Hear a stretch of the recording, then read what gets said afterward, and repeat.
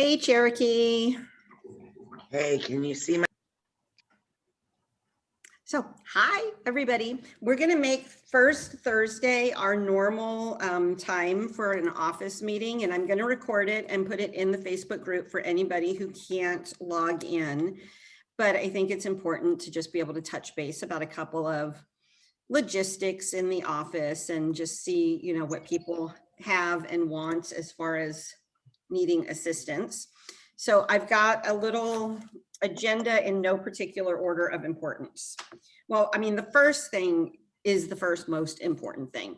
So I'm going to introduce everybody to Carly. If you're on the grid view, you can see Carly. She's going to be in the office Mondays, Tuesdays, and Fridays from 9 to 5. And in addition to some of the office things that I need her help with, she's also available to help agents with marketing. So she can make your flyers for your listing. She can make your open house flyers, and she can do social media. I mean, she doesn't have your logins, obviously, to your social media accounts, but if you have a house that went pending and you send her the picture and say, make me a cute pending post, she can throw it into Canva, put the little sparkly word pending over it, send it back to you for you to post it on social media. And a lot of us do that ourselves, but we have a couple people who are not Canva savvy and are asking for that kind of help. So if you need that kind of help, her email address, there she is admin@cnwrealestate.com.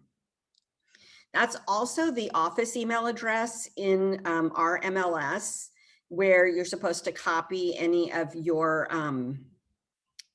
correspondence with or for offers when you make an offer.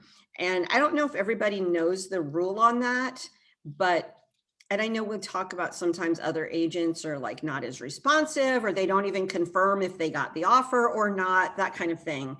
And the rule is everybody's agent info in the bottom of a listing. So assuming you're the buyer's agent, in the listing, you're going to have the listing agent's email address and a document email address.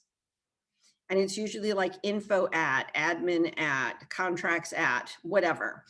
And the rule for submitting offers is even if the other agent doesn't respond to you and say, I received it, if you send it, if you copy it also to their document email, then it's received. So they can't say, oh, I never got that. You say, well, you need to check your document email. So that's why those are in the MLS. I don't know, some people don't know that, but that's why they're there. And that's why sometimes when you get in, you'll get an offer from another agent and they'll copy admin@cnw.com because that's what's in the MLS. That's why. Because it's considered officially delivered if you also deliver it to their document email. And then they can't come back and say, oh, you didn't get it to us on time, or we didn't, oh, you were after the deadline. Well, no, just because you opened your emails the next day doesn't mean I didn't send it the day I sent it. So just a little heads up on that. So one of the things that I don't have pricing for yet, but one of the things that Carly is going to work on are postcards. When I worked at Berkshire Hathaway, we had a really great postcard system that we could buy into. And we used CoreFact. I don't know if anybody's used CoreFact for postcards before, but they're really cool because they customize each postcard. So when I get the postcard at my house, it's got a map with my house on it, not just my neighborhood. It's got my particular house. So they customize each postcard, and then they put a code that says to get more information or to get a market evaluation on 8805 Northwest 23rd, my actual address, go to mayhewteam.com and enter code ABCD123, whatever. And so you actually can get feedback on the postcards because you'll know that people are using them. They used to run about $1 a postcard. I'm trying to see if we can get a discount for a group rate and start doing a package where optional, but if you want it, when you take a listing, you say, yes, I want the marketing package, and we do 100 just listed and 100 just sold, circle prospecting that email, that address where your listing is. So the day that you send the email saying, I've got a listing going live, Carly creates the postcard. You're the from, not the office. And we do 100 just listed to the 100 addresses closest to the listing.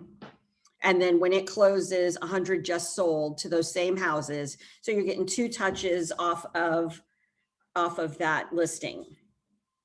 I'm trying to get CoreFact to give us a discount if we say we're going to do this on a regular basis. So I'm still working with them on it, but I would love to hear feedback. Like, is that something you're interested in? Some of us do it ourselves. And this would just kind of take away the have to do it yourself part, where as part of entering the listing, you would say, hey, sign me up for postcards. And then at closing, you would pay for the postcards. I love that idea. Okay. Yeah, And we would totally do that. Yeah, it was, I did it every time when I had the option. And then Franco, sorry. And then when I left there and I didn't have that option anymore, I'm like, well, it's not that difficult. I can send out a postcard. And I did it exactly 0 times.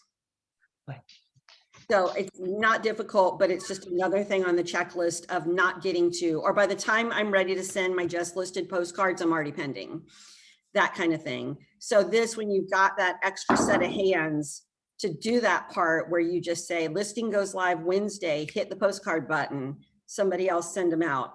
So I'm going to roll that out as soon as I can get pricing nailed down, and we'll just see if people are interested in doing it.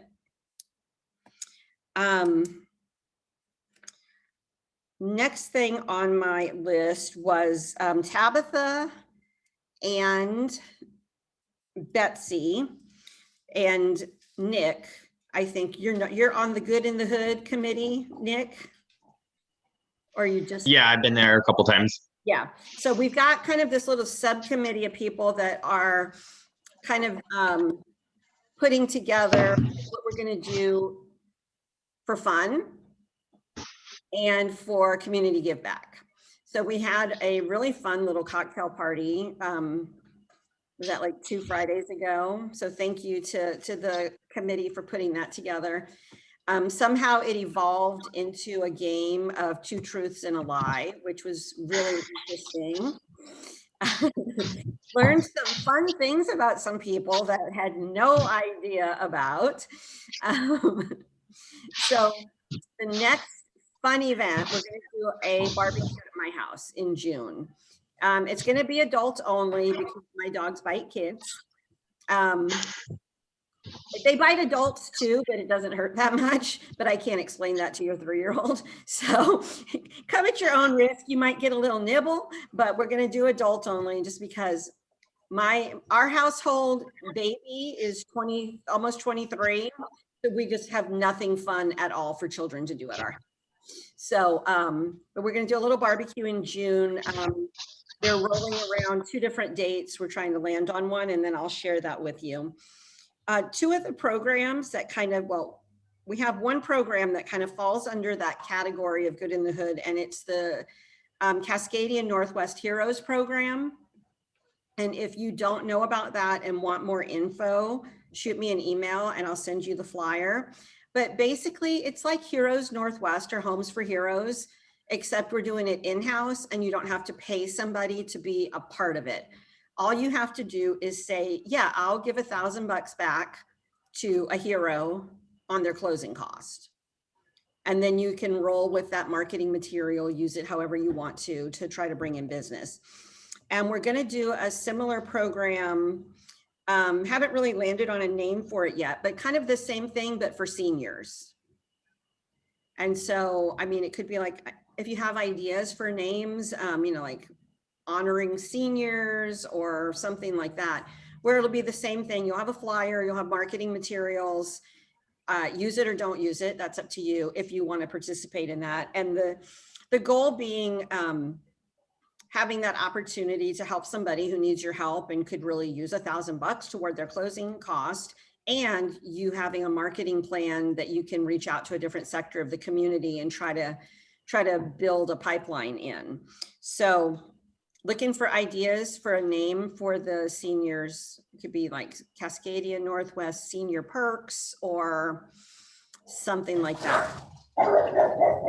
Hold please.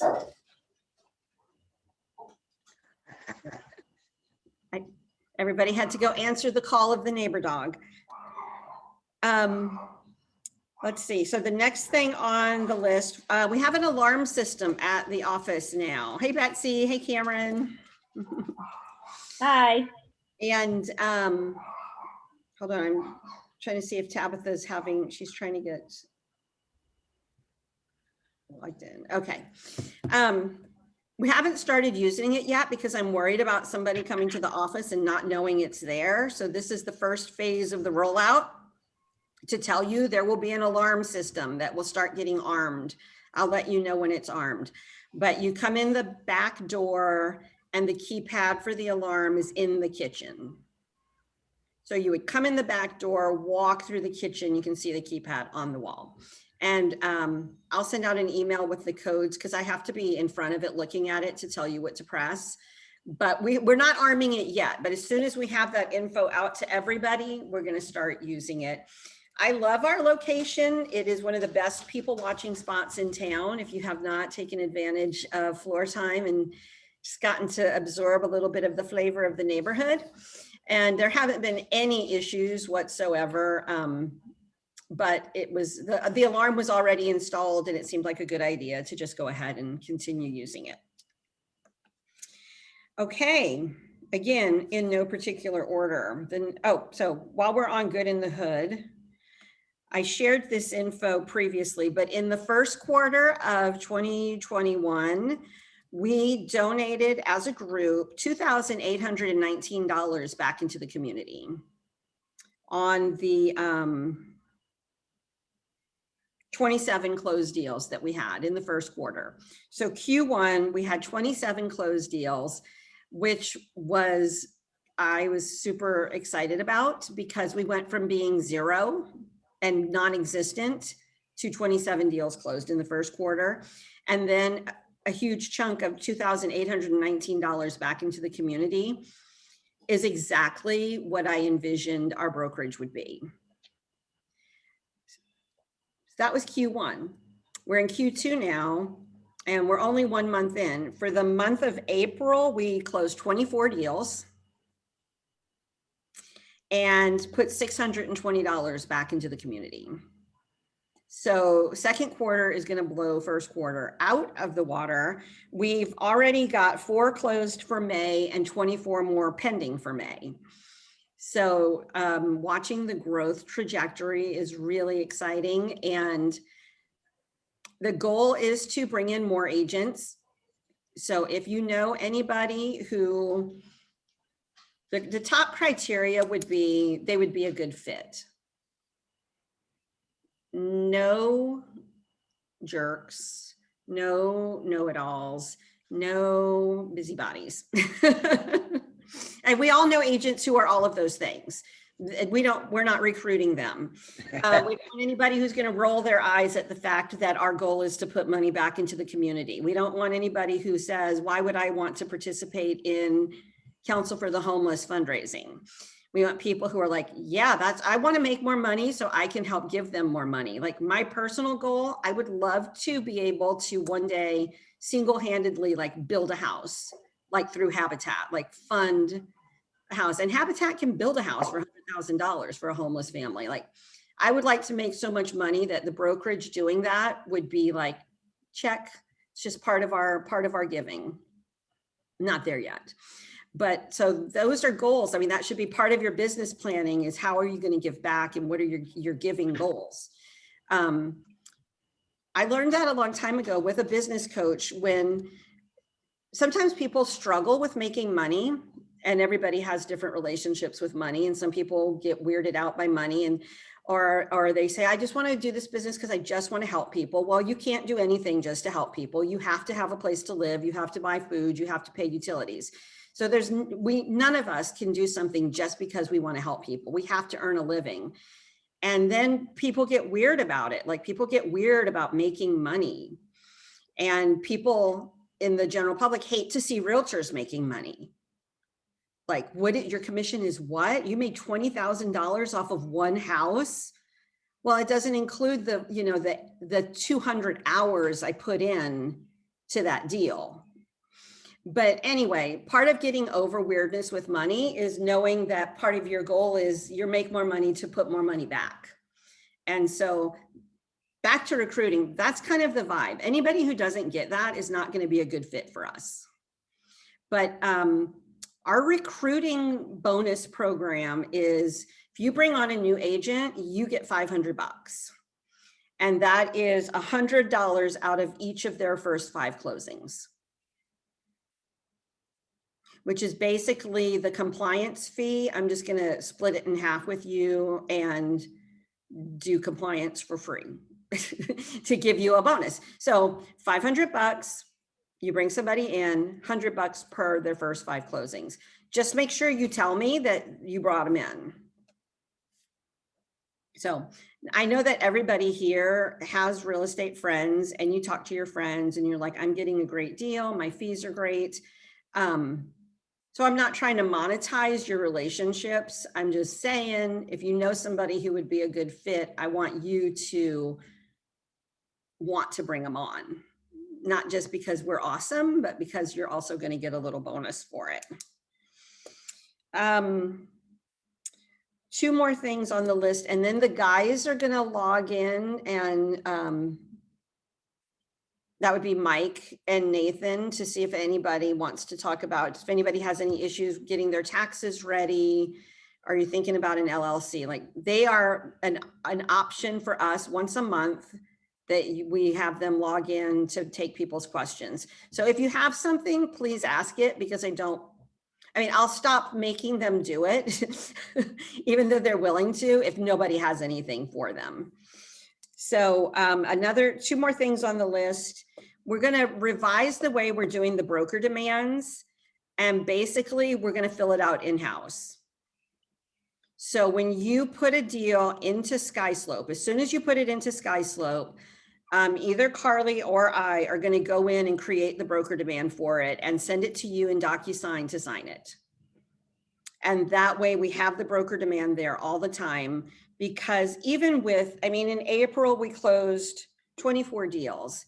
And the way logistically that works, those wires come in from the bank and they don't say who they're from. It doesn't even say Fidelity versus Chicago. The day it comes in, it's just a pending wire. And I'm more than happy to start the commission process as soon as the wire hits, but I have to know what that dollar amount is attached to. And so I'll get a pending wire for now $9,567, and I have no broker demands that match $9,567, but I've got like 4 deals that don't have a broker demand yet. So I figure, and this, again, this is kind of a throwback. This is how we did it at Berkshire Hathaway. And it was just, it's easy. It's easy to just, that way we have that broker demand amount from day one. But your role in that, and Betsy, yeah, I'll let you know in a second. Your role in that is, if something changes, you have to let us know so we can amend the broker demand. So usually after the inspection, if there's going to be a little bit of a price reduction, I'm going to be really diligent of watching for that just to hit in SkySlope. But if I miss it, I'll need somebody to say, hey, don't forget, we went down $5,000 on 123 Main Street. And then if we don't do that, it'll come out at the end, because we'll have the final broker demand title. We'll send the broker demand back and say, there was a price reduction. I need a new broker demand. So anyway, I want to just try it out, see if it helps make things a little more efficient. And if anybody is unable, if you've got feedback on it, let me know. If you say, I don't find this helpful, or I'd like to change this, it's a work in progress. So anything that you want to add to it, or if you have ideas to make it better, that would be awesome. Okay, let's talk about our tools. So everybody has a Chime account.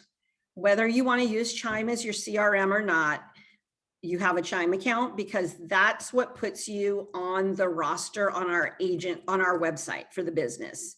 So the website is cnwrealestate.com, and also Cascadia Northwest. Betsy, is it Cascadia NW? You're on mute. Yeah. Yes, that is exactly what it is. It just forwards to our CNW real estate. So, so if you don't want to use Chime, that's fine, but make sure you at least do the profile on it, so that when somebody, if they go to the brokerage website and are searching for agents and they click on your face, at least have the links, you know, to wherever you want them to go and an updated phone number in there. So Chime is kind of the main baby, and that's powers the brokerage website. It's got a very powerful CRM if you want to use it, and if you don't, that's up to you. The other tool that we've got is ActivePipe, which nobody has even logged into to use it. So I think we're going to phase that out. And I don't think anybody's going to care, but I wanted to talk about it first to see if anybody had strong feelings about it. But knowing that only 2 people on this screen have even gone in and activated their account makes me think that probably not. Laura, are you, because you were the biggest advocate for ActivePipe, and do you find that Chime has kind of filled at least some of what you needed from ActivePipe? A little bit. I still think there are benefits that ActivePipe has easily that Chime doesn't have, but the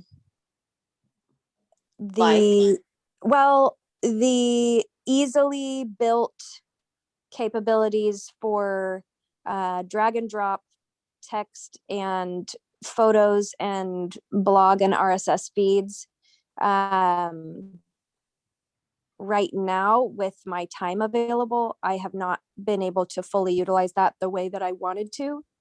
And so at this point, I feel like while there are so many benefits to using ActivePipe, I know that I won't be able to fully utilize it. I mean, there's so many tools like that, right? There's so many tools that are amazing tools that we just can't take on so many. We can't do 100 things half-assed, you know. You just pick the ones that you're doing well and use those. So I've been using ActivePipe for my recruiting stuff, for emails that go out to other brokerages and other agents, and I love it, but I could do it in MailChimp. And you can do it in Chime. And so I've just, since I'm the only one using it, and I mean, this is a open concept, full transparency brokerage. ActivePipe cost me over $900 a month, and nobody's logging in and using it. So, I mean, it's part of your tech fee, you know, but right now at $125 a month with Chime, SkySlope, DigiSign, and ActivePipe, I'm not breaking even on the tech fee. So 125 is not covering all the tools. So with the user rate on ActivePipe being where it is, I'm going to phase it out at the end of our 6-month commitment, unless, and Laura, you would be the person with the strongest advocacy for it. And it sounds like even you are kind of saying you're not going to be super pissed if it goes away for a while. No, I think that, you know, it may be something once everybody gets their feet under them in the long-term future, that it would be worth looking at again. But right now, I think we have so many new things that everybody's trying to learn that it's just one more thing that is kind of an auxiliary support that's not essential. It's just kind of an add-on perk, but it does take learning a new system. Okay, so that's ActivePipe update. Now, with that being said, we are bringing on another new tool, which nobody might want to learn to use. I don't know. But 2 of our agents who are not on the call, Carrie Lynn and Jenna, were very super users of Real Scout at Realty One Group. And so they've been paying for it on their own since we left Realty One Group. But Real Scout doesn't do that. They don't have individual accounts like that. So I've had to take it on as a brokerage, but it's less than half the price of Active Pipe. So it still kind of fits into the budget. But Betsy sat in on the call. And again, it does, if you're going to use Chime, a lot of the functions are covered in Chime, but there are some things that it does that can work with Chime as opposed to being a duplicate of Chime. So that is rolling out. You know, I hope everybody will give it a look, and at least it's like I said, you know, you have to choose the tools that are going to work for you. So because it's affordable to do it, we're going to roll it out and see how people feel about it. You're going to have and it'll be there for at least a year because we signed a year contract. So you're going to get an email today from Real Scout to set up your account. And then on May 12th, next week at noon, Real Scout's going to do a training for us on Zoom. So I will make sure to share that date and that link as soon as I have it from them. But again, some people want to just use Chime and it does everything they need. Now we have two people that are really just using Real Scout to do everything that they need because they're not as, I don't know, Real Scout seemed a little more streamlined and a little more, the client facing part was really good, I thought. So Betsy, can you take like a quick minute and just kind of give us like a little comparison of Real Scout and Chime and how they might work together? So the biggest difference, just that the other day, was that there isn't necessarily the same level. Oh, it says that internet connection is unstable. Is this better? Can you hear me better? Yeah. Yes, no? Okay. Biggest difference I saw was the CRM portion. It's not supported in that way. So what you get from it is how your clients are going to use it. And I'm going to figure out how to, for the people that are really loving the CRM side of Chime, I'm going to figure out how to make them match together. So I think it's great. I think it has a lot of features that, yes, Chime can do and will probably do better. But I agree with you that the client facing side may be more appealing to clients. And there is a way for us. Very attractive platform for clients to search. And, Yeah. and we're always looking for that because I mean, my clients are sending me Zillow links and Redfin links. When they find a house, that's the link they send me. Mhm. And I'm always trying to find the alternative of, you know, what can they be searching on that has my face on it instead of today's Zillow agent. Right. And So that's really, yeah. Real Scout has a very attractive search platform. So it'll roll out. Everybody's got the option. I mean, everybody will have an account. It's up to you whether you're going to use it fully or dabble with it. But May 12th, we'll do a little training on that. And our guys have just logged on from Northwest Premier Financial. So Nathan and Mike, I want to introduce you to Carly. I don't know if you're in grid view, but she's up there. Carly's our new office manager. So she'll be in the office 3 days a week and kind of getting involved in some of this stuff. So that was everything on my agenda. And just like a quick recap for agents, reach out to Carly if you need flyers, social media help. Be on the lookout for an email next week about what the postcard package is going to look like. Thank you for the contributions so far for community service. Like I said, $2,819 in the first quarter back into the community.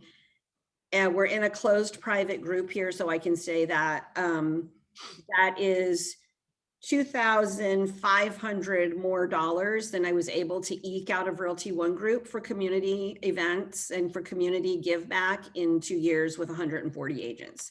So it's making the vision of what I wanted us to be able to do come to life, and makes me really happy. Alarm system, you'll get the details coming out soon. When we've got everybody, when I know everybody has the alarm code, we'll start using it.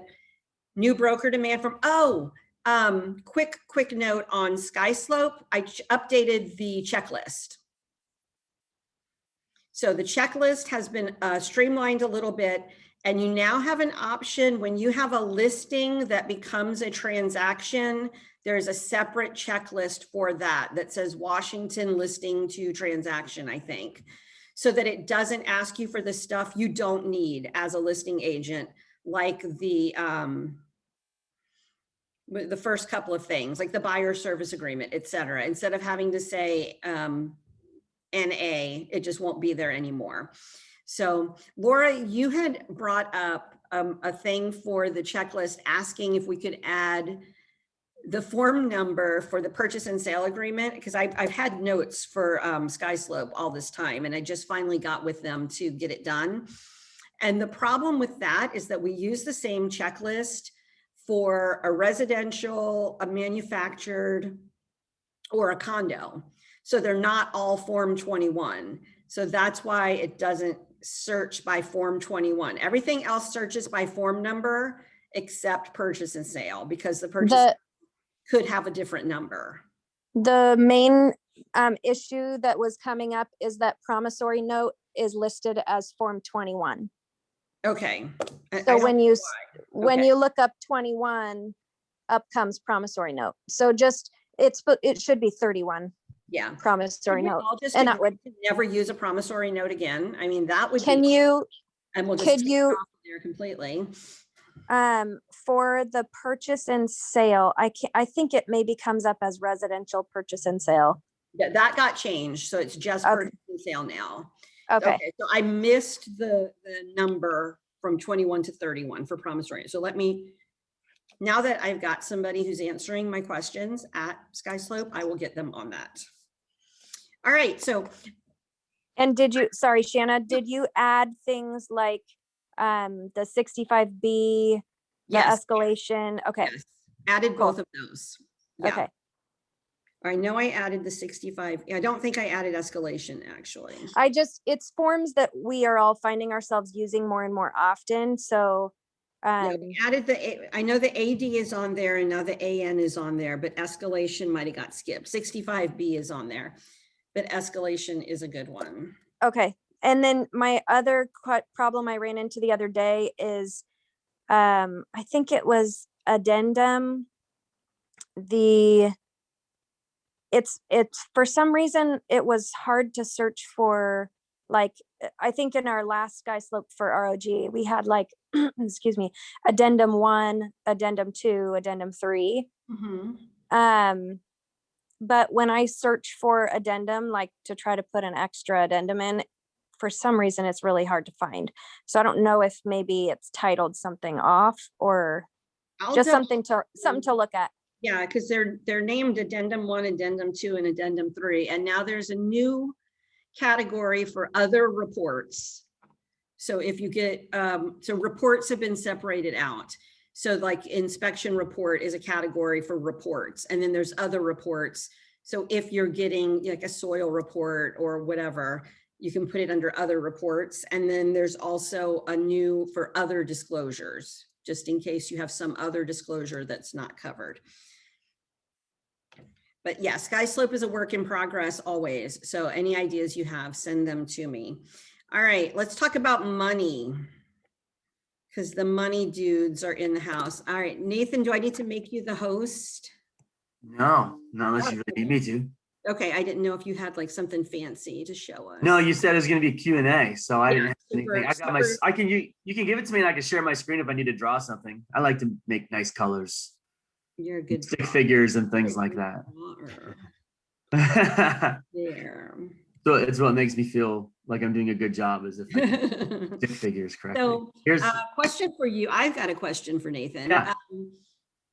Oregon taxes. Yeah. They're different fun. than Washington taxes. Yes. And there are 2 of us on here, me plus 2 more that are Oregon agents. Okay.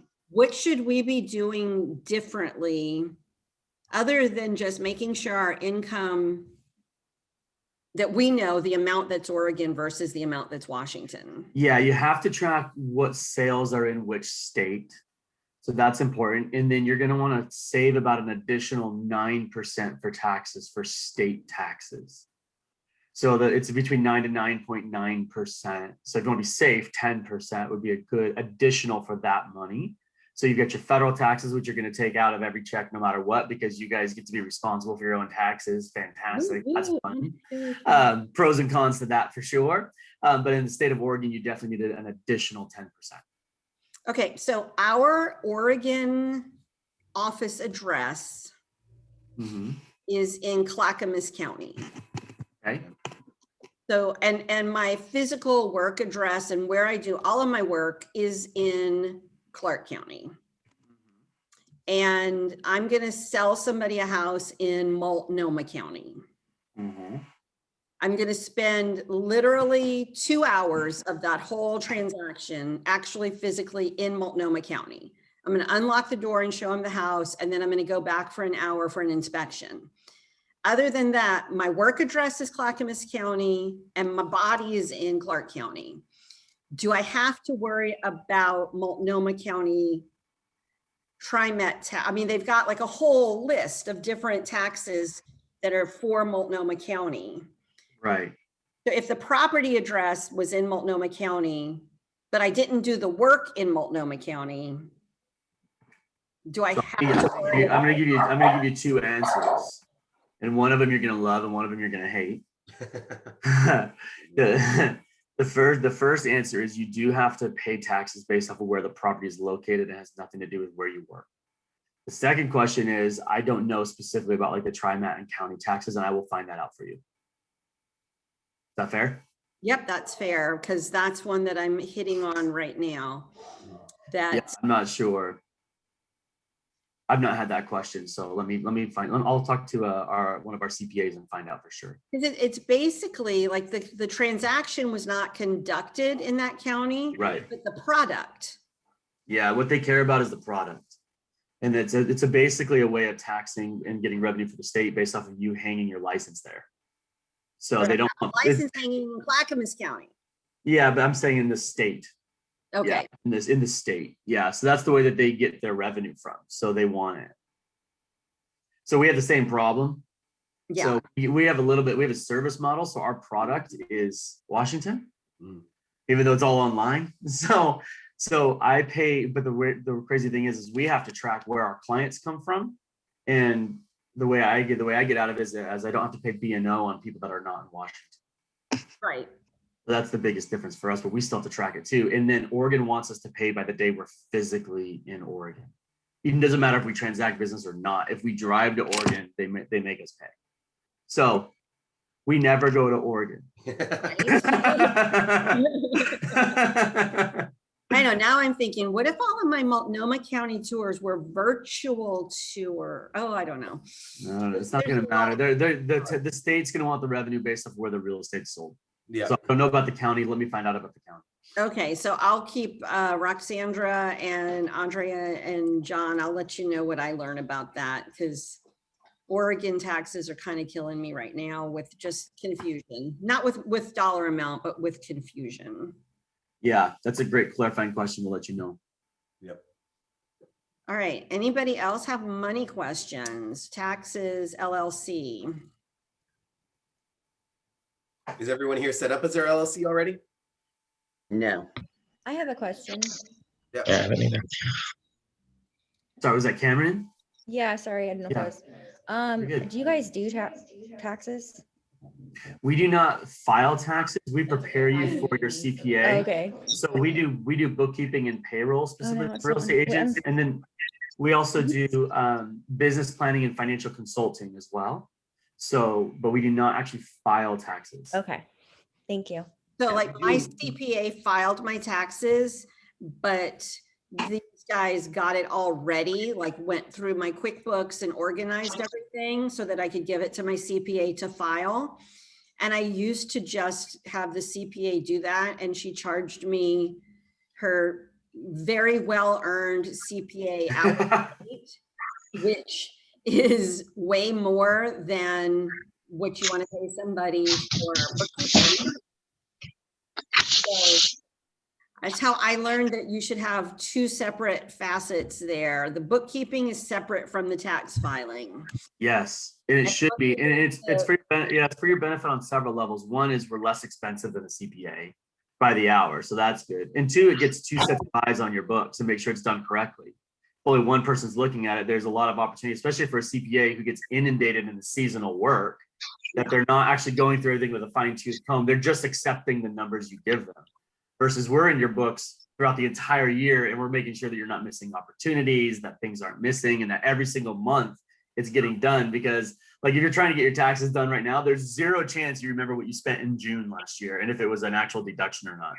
Like there's zero chance. Like there's just no way. And so we make sure that every single month it's all caught up. And if there's anything missing, that we're on top of it. Yeah, because the CPAs right now are swamped, and it's hard as heck right now to get a hold of any of them. So to have us Yeah. work on them all year where there's no questions, super simple. Maybe the CPA has a couple of questions, that's it. Just saves everyone a lot of money and time. Mhm. But Yeah. Cameron, we actually do have a preferred CPA we work with. So if you're looking for a new one, we'll introduce you to the one that we work with Okay. specifically. That way it was, if you once you want to hire us down the road, whenever that is, tomorrow, who knows? We already have that relationship with your CPA. Okay, cool, thank you. Okay, somebody else had started to ask something right when Cameron did. Nick, maybe? I was gonna say, yeah, I haven't opened mine or changed mine to an LLC or an S corp or anything like that. But I usually just I've done my taxes myself for the last 3 years, and it's worked out fine. But I know that some agents have switched to LLC or S corp, and I was just wondering if anybody here has, and if that's been beneficial, or kind of what the benefits are of that. We can go over that easily, and it's a really important piece of the puzzle. So let's talk You through. get to Let's. draw. What's that? And now you get to draw. I know, now I get to draw, which makes me happy. It makes me feel like I'm in great It's therapeutical part of the day. Yeah. So there's a really important distinction with an LLC that really gets misrepresented, especially within the real estate community. First and foremost, does anybody know what the LLC stands for? Limited liability company. Correct. Does anybody know what liability it's limiting? For messing up transactions. Yeah. Like E&O, Being but yes. sued. That's your Liability for E&O. being sued. Be more specific. Keeps you from being sued. Help me understand. Be more specific. They can't sue your personal items, right? Correct. So what happens is it creates a line of distinction between your business and your personal, and this is assets and liabilities, by the way. Okay. So this is really important to have. The biggest misunderstanding is there's no tax incentive in an LLC. An LLC is legal protection, and it's how you are viewed to the government and what tax forms you use. That's really all it is. But you get the exact same opportunity to use what's called a Schedule C, which is where you itemize all your deductions. There's no difference in any of that at all. So I think that's a really big misunderstanding. If you're like, oh, I want an LLC to save money on taxes. It doesn't do that. It actually protects yourself from personal to business assets. So if there's a lawsuit like at your home, you don't want them to be able to attack your business. And if you did something wrong in the business, you don't want them to be able to attack your personal assets either. So it just creates a line of demarcation there for you. And it's like the cheapest, best insurance you can get. I think in Washington, it's $220. In Oregon, I think it's $240. And I think the renewals for Washington are $65. I think the renewals for Oregon are $80 or $85, something like that. I can't remember. So it's like the cheapest, best insurance you can get. And it's validated by the United States government. So everybody needs to have it. And since there's no tax incentive, because there's no tax incentive, every single person, no matter if it's your first day as a real estate agent or you've been it for 10 years, you need to have it because it's protection. And you need protection. Because like if we did something wrong, let's say we're not making any money or not enough money to have the tax incentives, but we just started and we get sued the next day, Do you guys know how much money legally they can garnish from you in the future? What percentage of your income they can garnish? Mm-mm. 75. No, I would. I'm so glad that's not. But it's Just a federal guessing. law, and it's 25% of your gross. Okay. They can take 25% of your gross without you ever asking, and you'll never pay it back. So if you have a strategy to live on 25% less of your income, I would like to know it. That'd be fantastic. Most people don't. So get the LLC, make sure you get your E&O, make sure you have your general liability. Make sure you have those things to protect you and your business and your families, okay? Yeah, and if you guys want help on how to set that up for Washington or Oregon, we already have like a preset template of exactly step by step how to do it. So just reach out. I have it on my email, so I'll put my email in here too. But just reach out to me and I'll send it over to you. I am have a- actually doing it right now, so that would be really good to have that. Perfect. Yeah, just so I just put my email in there. Just send it to Okay. me. We have a meeting right at around 10 o'clock too. So we're going back to back all day today, but I will make sure that's out to you before the end of the day. Now, Cool. where there becomes some tax savings is when you start making more money. Yeah. There's an opportunity to get some tax savings. It's very simple. So what happens is you get the LLC set up. And then once you get to the point where you're making, $75,000, there actually becomes a really great opportunity to save taxes big time. And the more you make, the percentages go way higher. So basically you get to do what's called an S Corp election. And it's a form 2553 to the good old IRS. That's what it is. It's an S Corp election. And the reason why we wait till about $75,000 is because it costs more to do your taxes this way. If you could do it yourself, like Nick does, you could do it right away and you will save. I don't recommend it. I don't even do my own taxes and I talk about it every day. I just don't want the liability. Honestly, that's what it is for me. And you have to have payroll. And if any of you want to get into payroll, be my guest. It's really fun. You're welcome to do it. But typically what happens and what the more successful agents do is they outsource this process. So there's added cost to running your business then. And about 70 grand, that's where the cost savings or the cost begins to be outweighed by the tax savings. Does that make sense? Yeah. Yeah. What questions do you guys have about that? I'll go for it. Anybody have any questions about the S Corp? When to do it, why to do it? No? Okay, go ahead, Mike. No, I was just gonna say, yeah. So as soon as you get to that point where you're gonna start hitting above that $75,000 mark, reach out to us and we can talk about again more in depth of why the S Corp would make sense and start getting you all set up for that.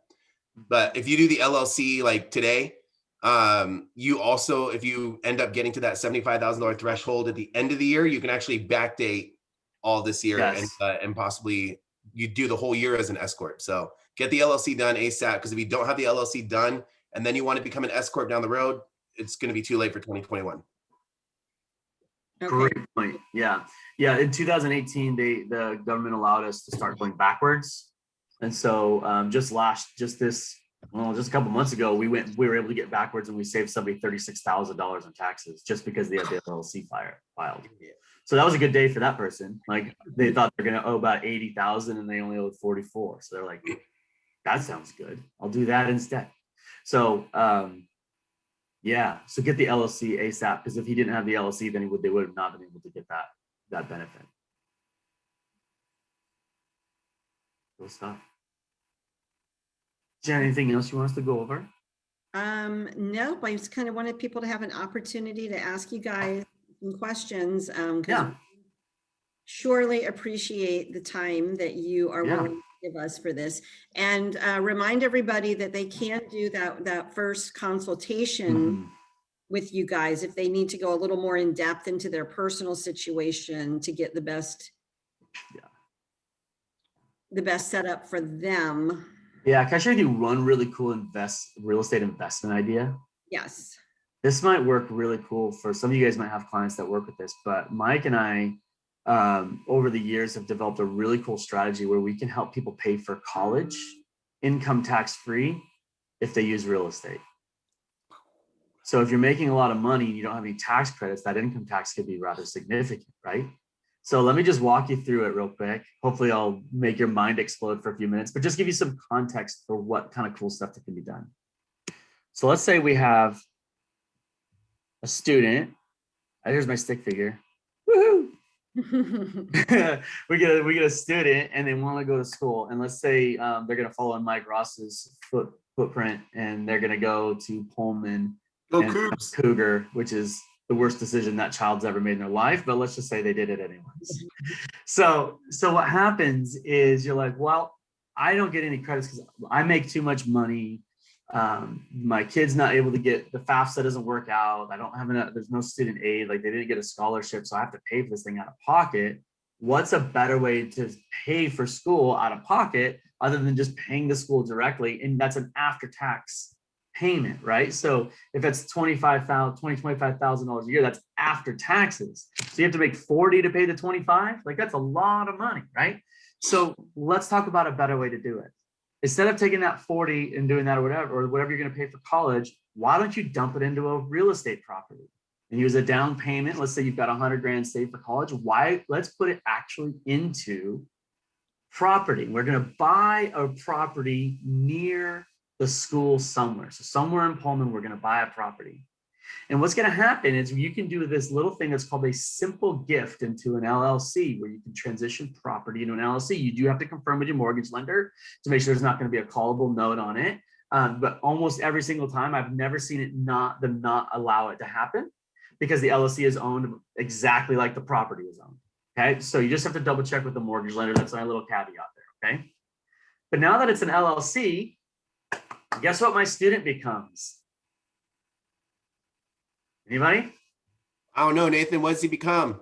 My student becomes an employee of the LLC. Gotcha. What happens is now my student is now employed by the LLC, and they are a property manager if the state allows it. If they're not, they could be a freaking janitor. Doesn't matter what it is, but they just have to actually do something. So if they mow the lawn, there you go.